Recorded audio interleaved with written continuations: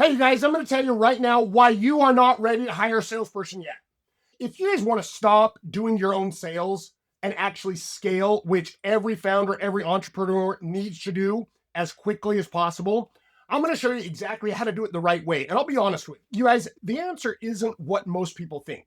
I've actually spent years working with founders who have high ticket offers, closed deals, and real revenue. And the ones who hire too early, almost always, without question, they regret it. Not because the rep was bad, because the system wasn't ready. You guys, here's the thing.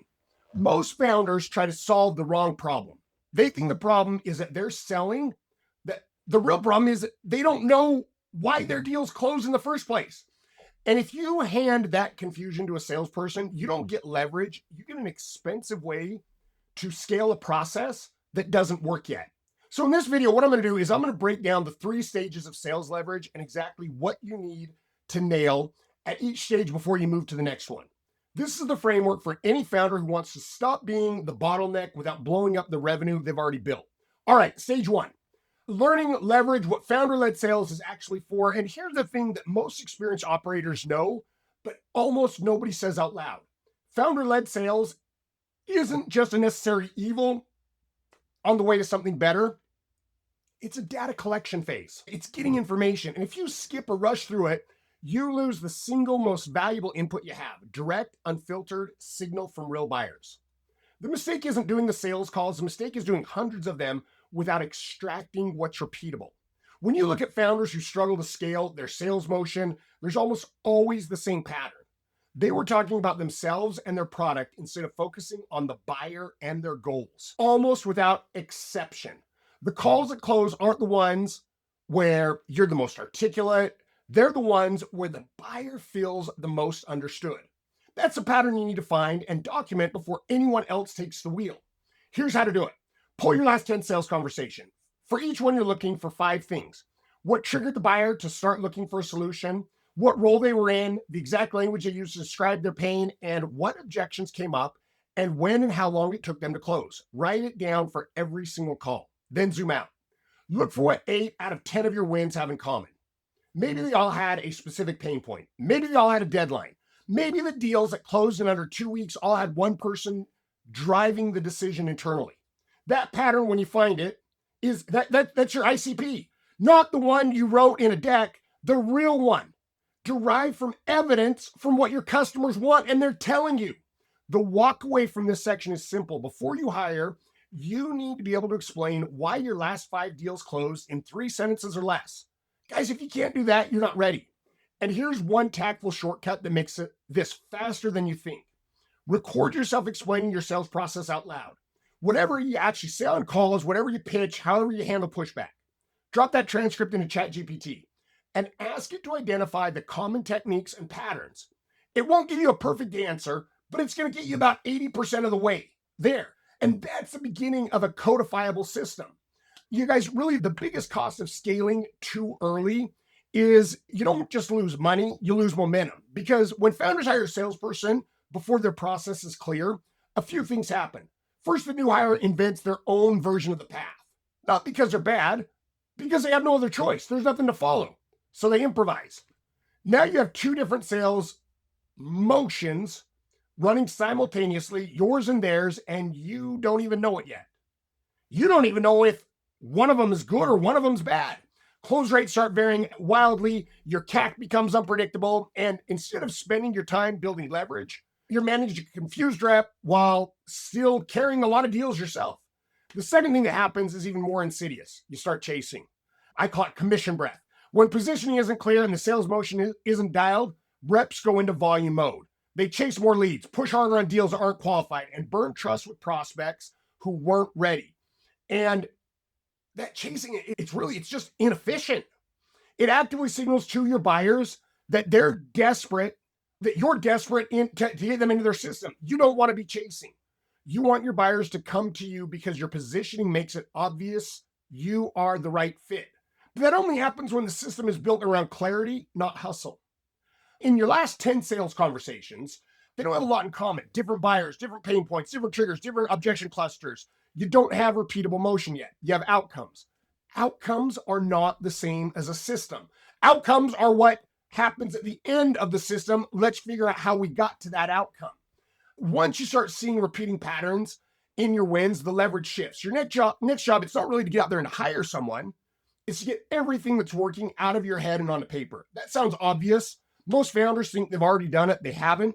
What most founders have is a mental model that lives entirely in their own cognitive process. They can execute it, they just can't transfer it. And if it can't be transferred, it can't be scaled. Getting it on paper where it's duplicatable, that's what matters. If it's not duplicatable, it's not scalable, you can't grow. And here's what this process looks like. You need to stage, first of all, what you have to do is you have to take and you have to look at all of your employees and your customers, and you have to look and see when are people moving from one stage to the next in my buying process. Stage one doesn't end until I've confirmed that I've got an economic buyer. I've defined the problem, I've solved, and I've got a timeline. I've got to have all three of those, and I've got to disqualify people if they're the wrong fit. Marketing is just about as much as attracting people as repelling people. Now, not just who you're selling, but it also signals if you're not ready and the disqualification triggers are coming in, you're selling too early.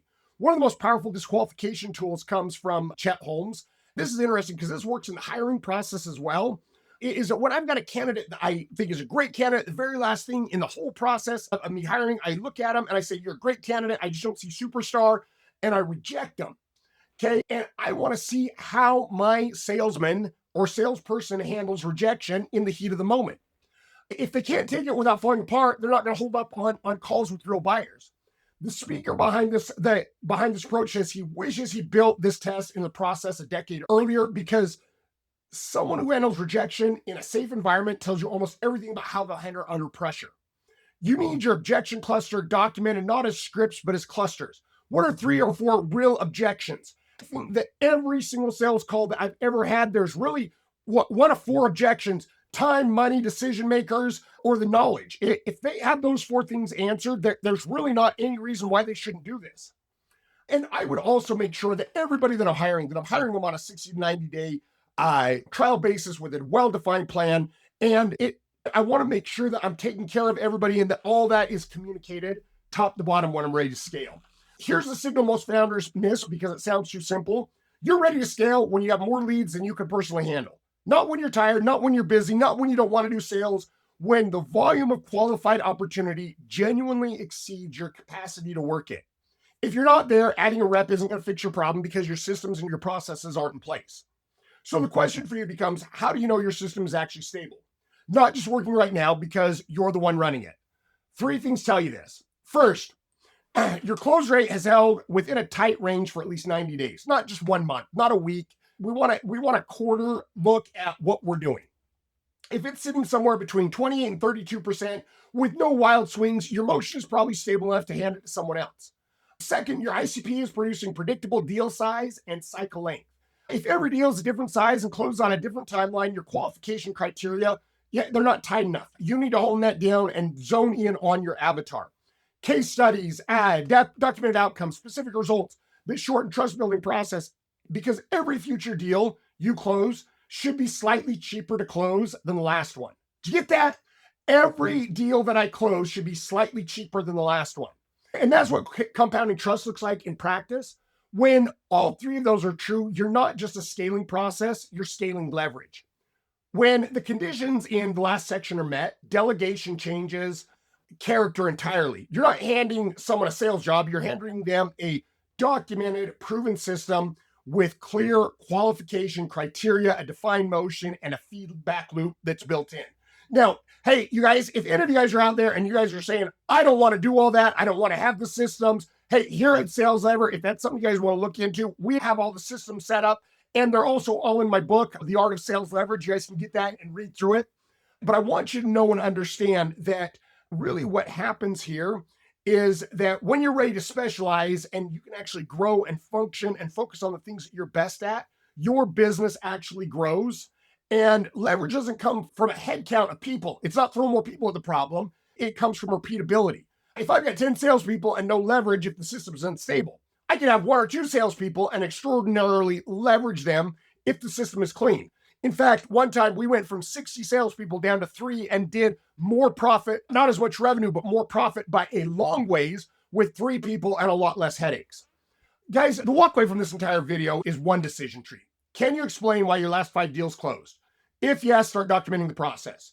Can your process survive 2 weeks without you? If yes, and your close rate has been consistent for 90 days, and you have more leads than you can handle, it's time to scale. It's time to get new. It's time to go out and find a salesperson. Until then, stay in the seat. Not because you're supposed to do everything yourself, because the intelligence you're gathering right now is a foundation everything else gets built on for your sales team. If you skip it, you don't get a faster business, you get a faster version of a system that doesn't work yet. So here's where most people stop. They build a repeatable motion, they hire a rep, they get it running, and then growth plateaus again at a higher level, but it still plateaus. That's because structural leverage through headcount has a ceiling. The next layer is a different question entirely. What happens to your sales leverage when the product itself starts doing the selling? When proof assets reduce the cost of every future close. When your distribution is built into channels that don't require your time at all, that's a full conversation on its own, but it starts with everything we covered here. Get the pattern, get it documented, get it stable, then scale it. Hey, the video on building proof, assets, and compound over time, and specifically how to shorten the sales cycle without adding reps, covers the next layer. Watch that one next. Subscribe to my channel, guys. We'll talk to you guys soon. Thanks.